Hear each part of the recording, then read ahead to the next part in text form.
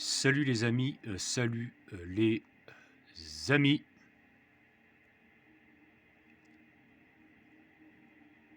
Nous sommes dans la nuit du vendredi au samedi, donc samedi 7 février 2026, 0h36.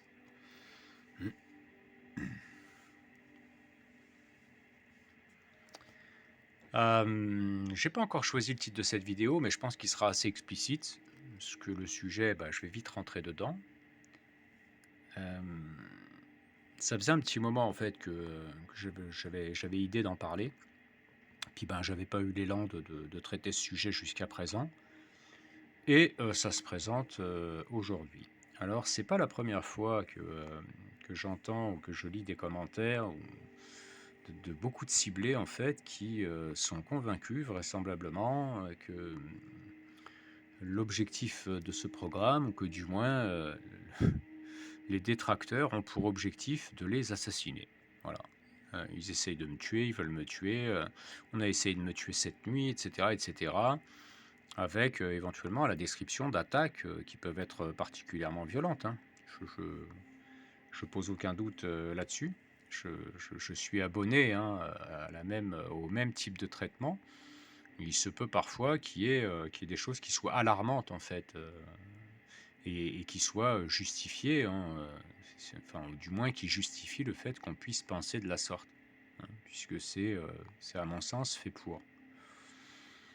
Et chacun est libre évidemment de penser ce qu'il veut. Et s'il y en a qui veulent rester convaincus de ça, qu'ils restent convaincus de ça, hein. Je pense que pour les plus anciens ciblés, ils ont compris que l'objectif premier n'est pas celui-ci. Mais beaucoup en fait pensent ça, et c'est étonnant parce qu'il y en a qui sont ciblés depuis déjà pas mal de temps.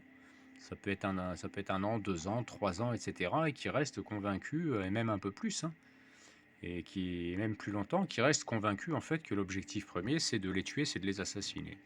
Alors, bon, je voudrais juste éventuellement inviter ceux qui le veulent bien à prendre un petit peu de recul et à réfléchir un petit peu, parce que c'est pas évident quand on vit ce qu'on vit, avec la confusion, etc., d'avoir parfois une prise de distance par rapport à ce qu'on vit. Mais juste une chose, selon vous, avec les moyens dont disposent nos détracteurs, qui sont quand même au-delà de ce qu'on peut imaginer bien souvent, si leur premier objectif était de nous tuer, est-ce que vous croyez vraiment qu'il y aurait tout un programme qui serait mis comme ça et puis qui pourrait courir dans le temps pendant je ne sais combien d'années pour certains, quand bien même on a affaire à des gens qui sont résistants, voilà, qui peuvent être sous protection divine, etc. Les moyens dont ils disposent, encore une fois, nous permettraient de voir que les tentatives sont indiscutables, hein, voilà.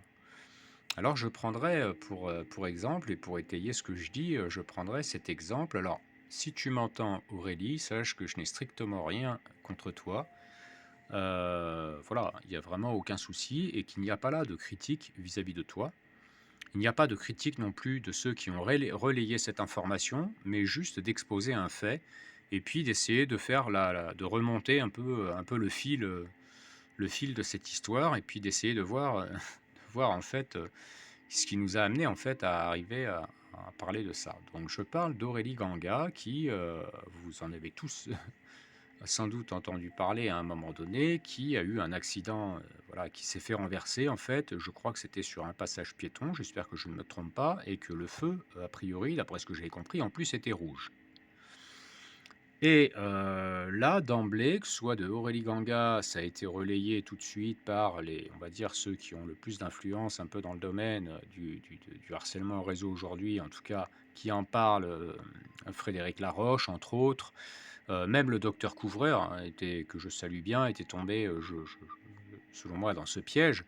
La tentative d'assassinat d'Aurélie Ganga, on a tenté d'assassiner Aurélie Ganga, la tentative de meurtre d'Aurélie Ganga, etc. Je vous avoue, hein, je reste humain, et je vous avoue qu'en fait, j'ai été assez agacé à un moment donné d'entendre ça, parce que, encore une fois, on va reprendre juste le contexte de comment ça s'est passé.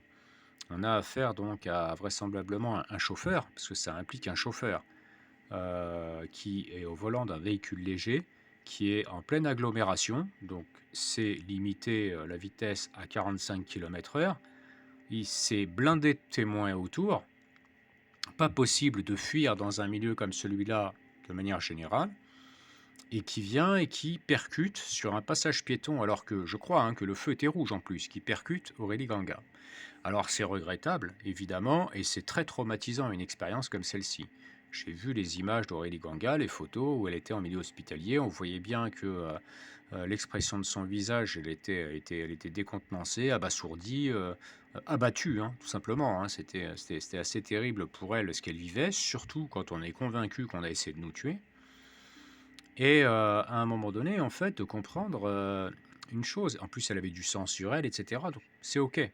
Ok, il y a respect, je veux dire, voilà, je ne reviens pas là-dessus, il n'y a pas, encore une fois, de critique par rapport à ce qui a pu se passer dans l'esprit d'Aurélie ou les convictions qu'elle a pu avoir à ce sujet. Mais, euh, mais pour tous ceux qui ont entendu cette histoire, à un moment donné, prise de recul 2 secondes, parce qu'on a affaire donc en fait à une personne qui va foncer devant des témoins sur un passage piéton avec un feu rouge. La personne en question va s'en prendre plein l'oignon, quoi.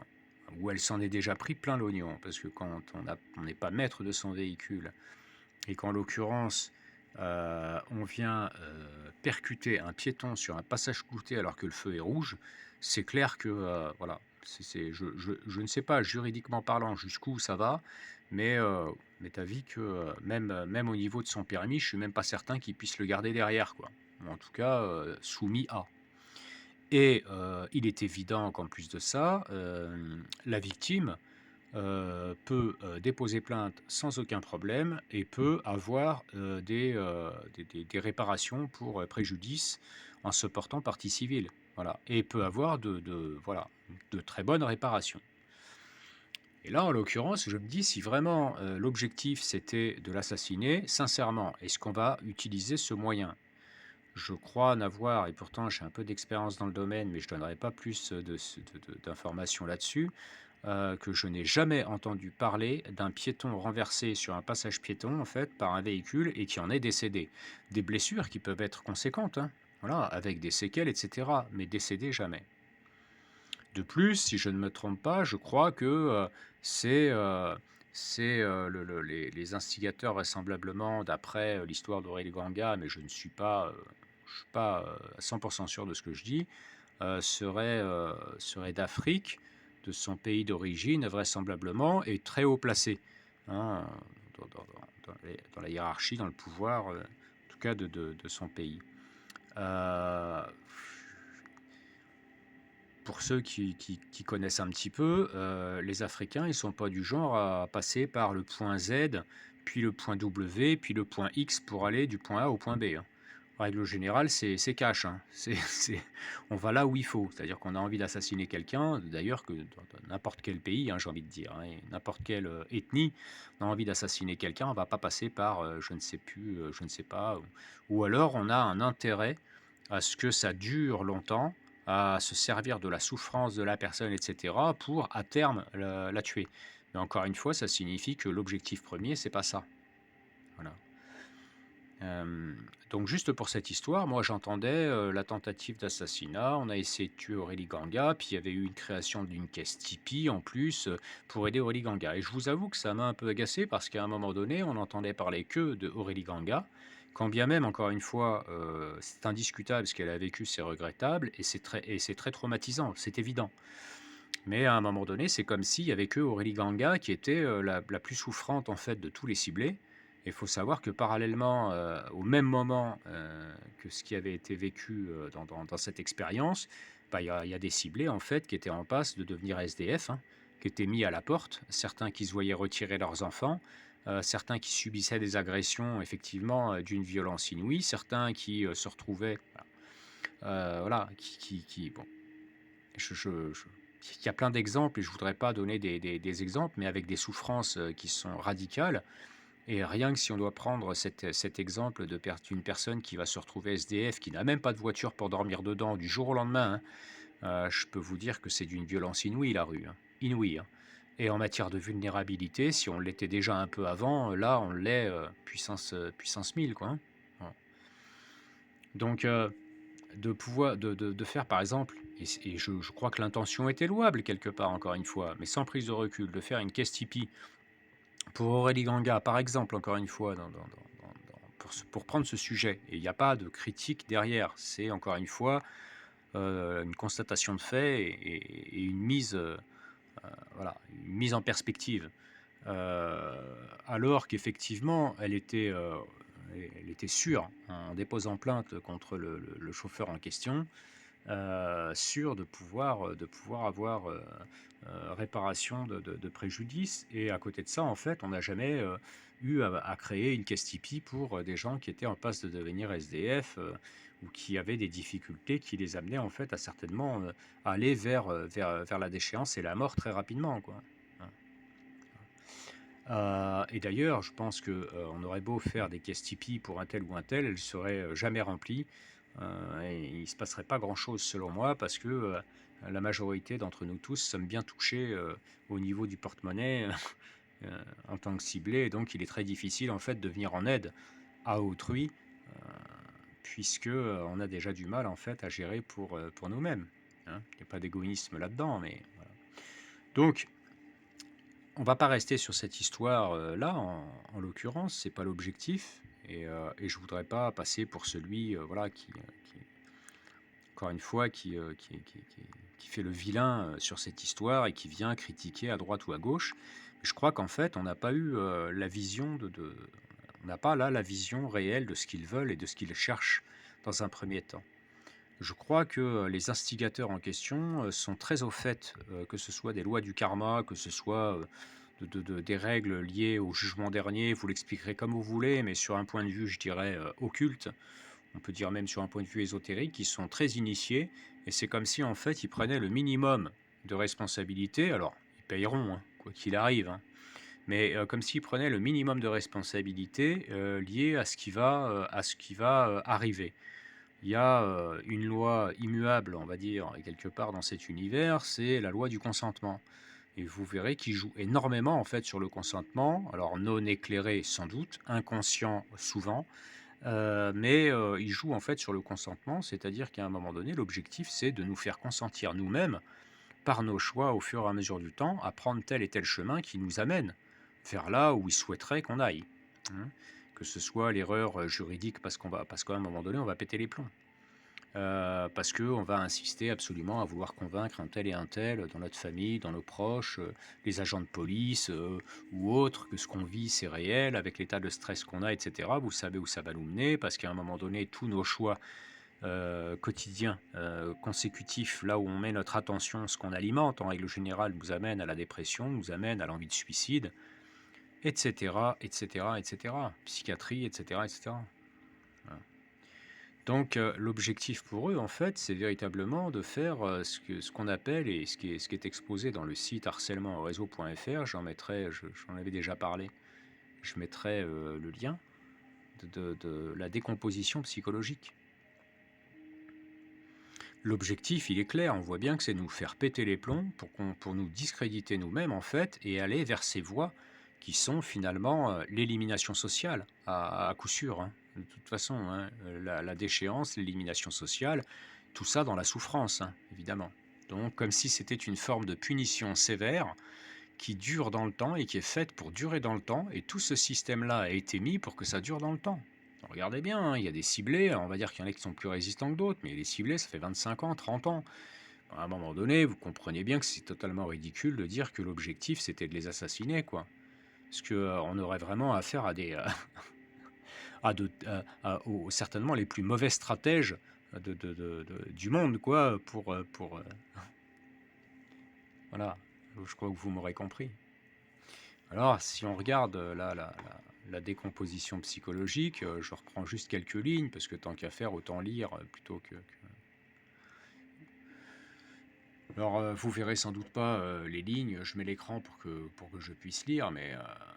Donc, harcèlementenréseau.fr, je fais juste un petit mot là-dessus, je trouve très sympa, enfin, l'idée en tout cas de cette personne, je la salue, puisque harcèlement en réseau, ils ont noyé, j'en ai parlé dans une précédente vidéo, ils ont vraiment noyé ce terme, de manière à ce que quand vous faites la demande, quand vous faites une demande en fait vous faites la demande sur Google, sur un moteur de recherche, vous tapez harcèlement en réseau, vous allez voir que sur 98% des résultats que vous avez, c'est cyberharcèlement, harcèlement moral via les réseaux sociaux, etc., dont ils ont pondu une loi d'ailleurs là-dessus. Voilà. Et ils en ont fait tout un pataquès, le cyberharcèlement, le harcèlement sur les réseaux sociaux, le harcèlement moral en ligne, etc. Ils en ont fait tout un pataquès, limite ils en ont presque plus parlé que le harcèlement scolaire. Alors que ça représente une infime partie du harcèlement de manière générale. Déjà du harcèlement en réseau ou du gangstalking, comme on dit, ou du harcèlement scolaire, qui d'ailleurs est une partie. Selon moi, il y a en grande partie du harcèlement scolaire, il y a une grande partie du harcèlement scolaire qui est liée au harcèlement en réseau, et une autre partie qui est liée en fait à des garnements, à des gamins voilà, qui jouent de leur pouvoir sur des gamins un peu plus faibles. Là, on est d'accord.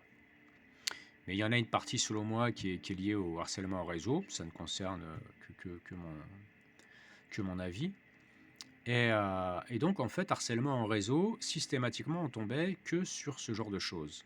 C'en est énervant, presque, j'ai envie de dire. Et la seule ligne sur laquelle on pouvait tomber qui parlait du harcèlement en réseau ou gangstalking, c'est Wikipédia, comme je vous l'ai dit, où c'est marqué le gangstalking ou harcèlement en réseau est une théorie du complot.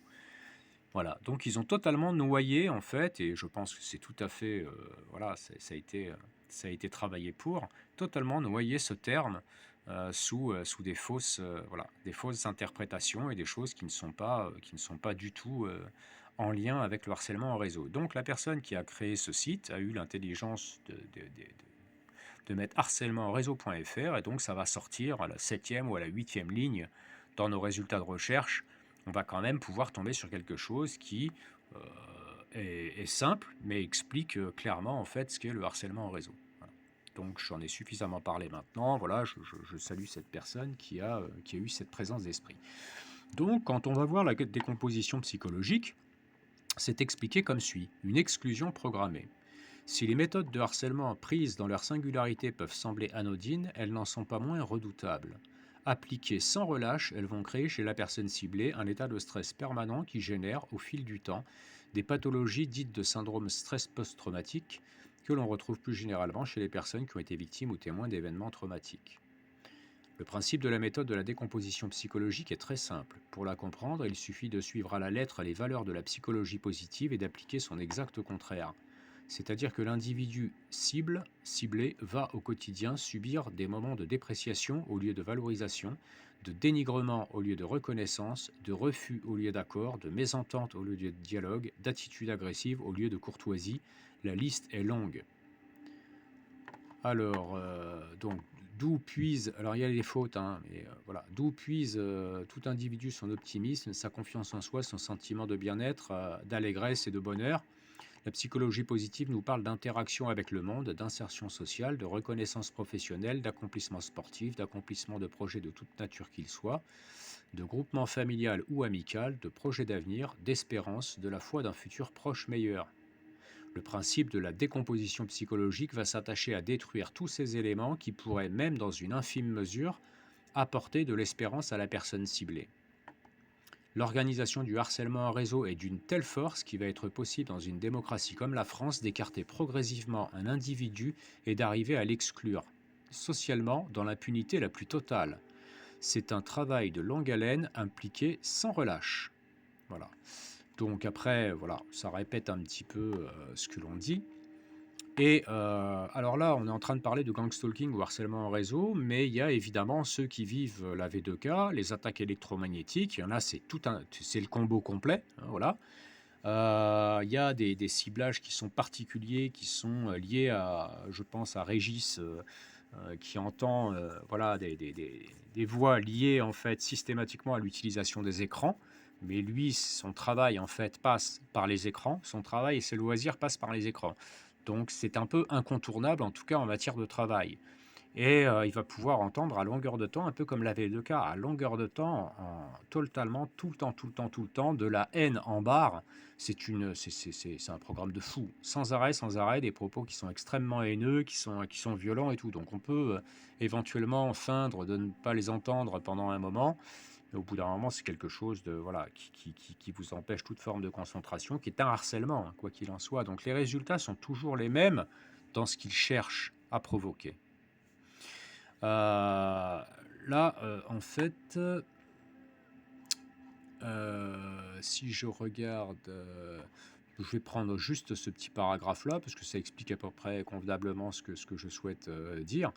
Lorsque l'on rapproche les effets du stress au harcèlement en réseau, on comprend que le stress, constant et sans relâche, subi par les personnes ciblées, va finir par créer chez cette personne des réactions naturelles d'adaptation au stress, c'est-à-dire une modification de son système biologique caractérisée entre autres, pour les plus connus, par des sécrétions excessives dans l'organisme d'hormones telles que l'adrénaline, le cortisol, la dopamine, qui vont insidieusement venir altérer aussi bien sa santé physique que la perception de son environnement. Hein, voilà. Donc, on voit par exemple que il est dit Hans Selye, un endocrinologue qui est le premier à avoir étudié les effets du stress chez l'homme, décrit en trois phases les effets que la pression et le stress au quotidien créent chez l'homme.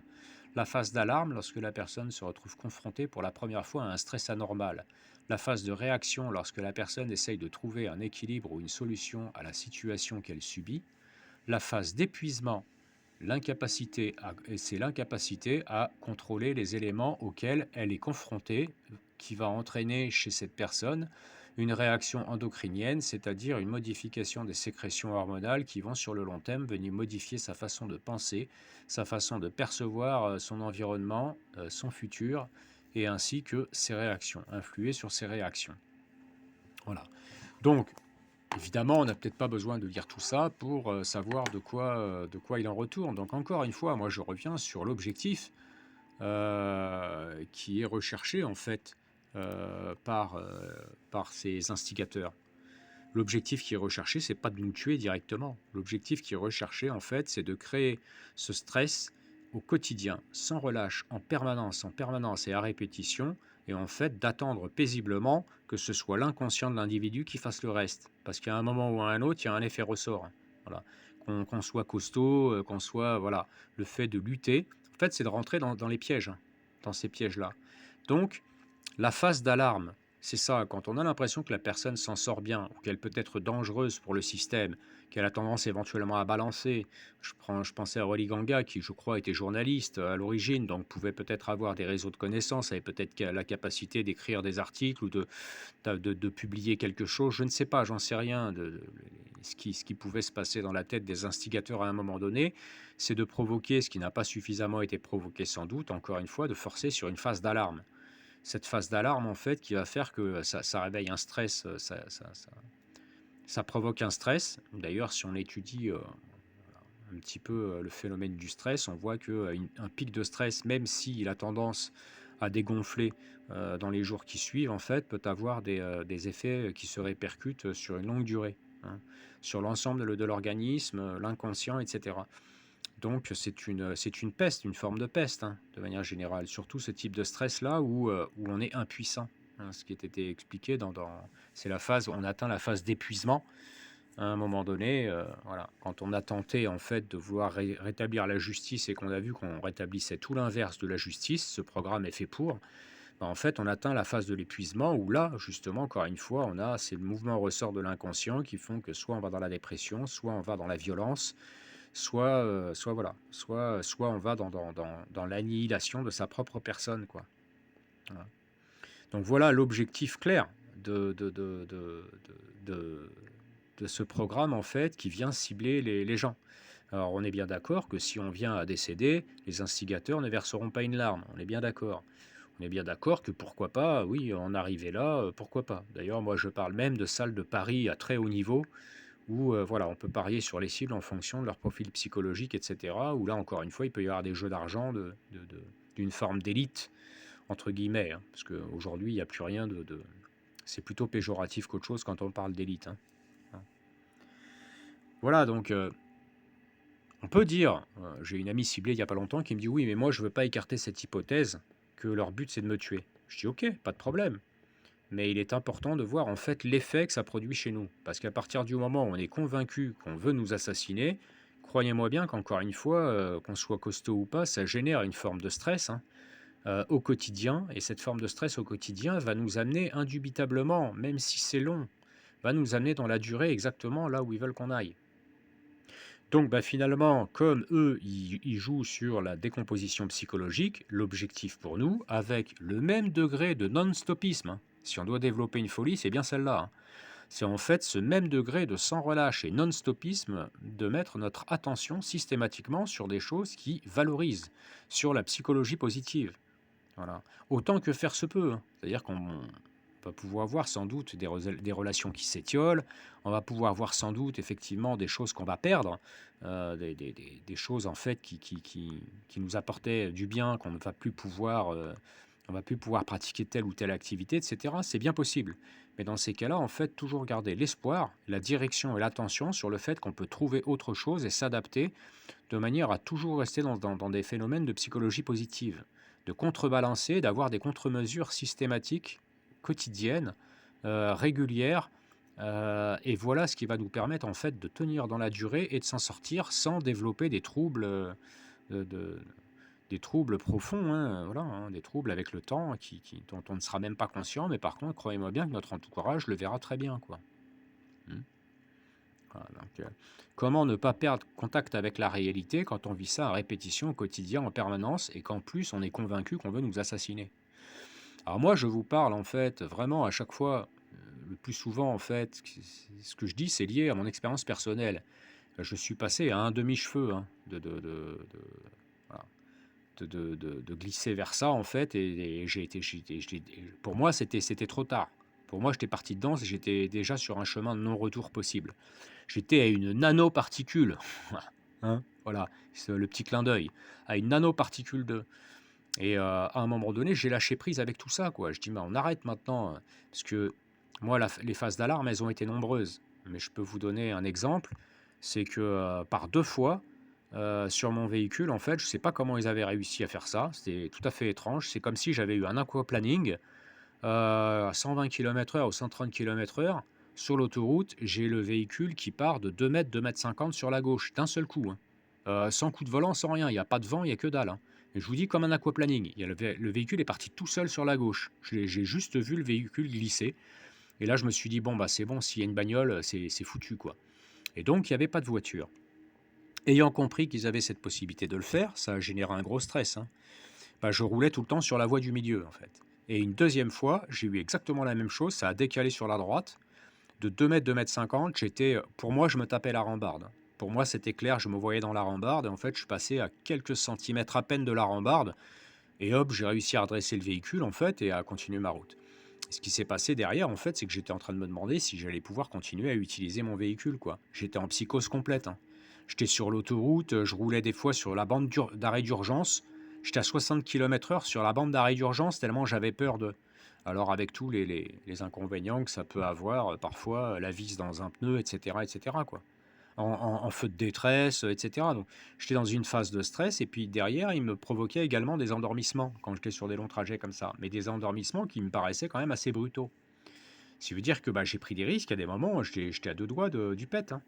Et quand je descendais du véhicule, j'en ai déjà parlé dans une précédente vidéo, j'avais la patate dès que je descendais. 10 secondes après, j'avais une patate de dingue. Donc je voyais bien que c'était induit, quoi, hein, il n'y avait pas photo. Puis c'était tellement souvent que. Et donc ça, encore une fois, bah, voilà, ils essayent de me tuer, ils veulent me provoquer un accident, etc. Mais ils savent très bien qu'on va avoir l'instinct de survie qui va prendre le dessus. Et qu'en fait, on va plutôt de nous-mêmes consentir au fait que bah, j'arrête, j'utilise plus ma voiture. Ou alors, je conduis, mais dangereusement, c'est-à-dire que je vais conduire super doucement sur une voie rapide, etc. Je me mets en porte-à-faux, même sur un point de vue légal, quoi, hein. Voilà. Voilà, donc, encore une fois, voilà, je pense avoir beaucoup parlé pour exposer une idée qui est simple. Je pense qu'il y a beaucoup de ciblés qui ont bien compris que c'est pas ça le but initial. Et de mon expérience, en tout cas, du jour où j'ai lâché prise avec ça, je dis bah écoute, de toute façon, si je dois trépasser, je trépasserai. S'ils doivent pirater mes ordinateurs, mes comptes, mes machins, me mettre des caméras chez moi, avoir mes mots de passe, et ils le feront. Alors, bon, ça m'empêche pas de poser quelques gestes où je fais attention à, et cetera. Mais j'ai arrêté, en fait, de penser à tout ça et surtout, en fait, à l'idée qu'ils veulent absolument me tuer.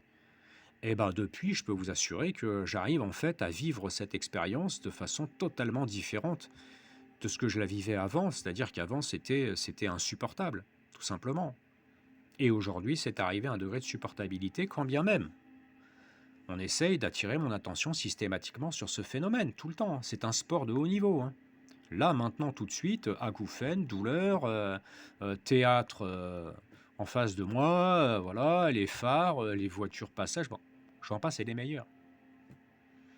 Mais voilà, mes amis, l'important, c'est de voir véritablement ce qui va vous faire du bien et ce qui va vous faire du mal. Et de garder ces convictions, ces fausses convictions, en fait. Et malheureusement, qui peuvent être relayées. Puis nous, inconsciemment, on va prendre ça comme des autosuggestions.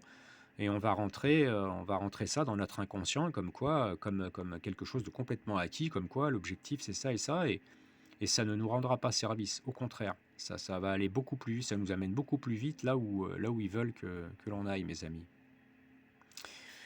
Voilou, je pense avoir dit tout ce que je souhaitais dire sur ce sujet. Mes bons amis, je vais vous souhaiter un bon courage comme à l'accoutumée. Et encore une fois, voilà, hein, dans tout ce que j'ai dit, vous prendrez ce que vous voulez. Je vous parle encore une fois de mon expérience personnelle et je vous souhaite vraiment de tout cœur de mettre systématiquement votre attention sur quelque chose de constructif en permanence le plus possible.